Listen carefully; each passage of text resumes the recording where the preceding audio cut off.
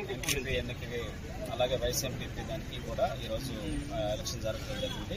దాంట్లో భాగంగా తెలుగుదేశం పార్టీకి మద్దతు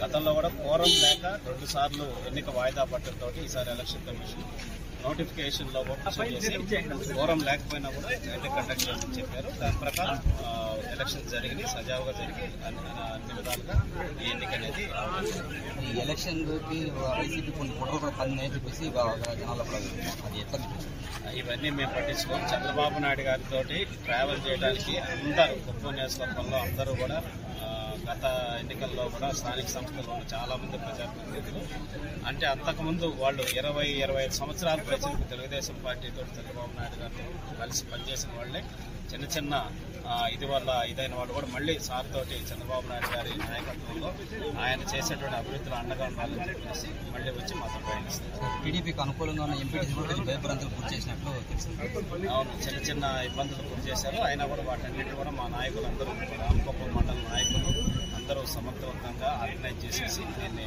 సక్సెస్ చేసినందుకు వాళ్ళకు కూడా మనస్ఫూర్తిగా ధన్యవాదాలు.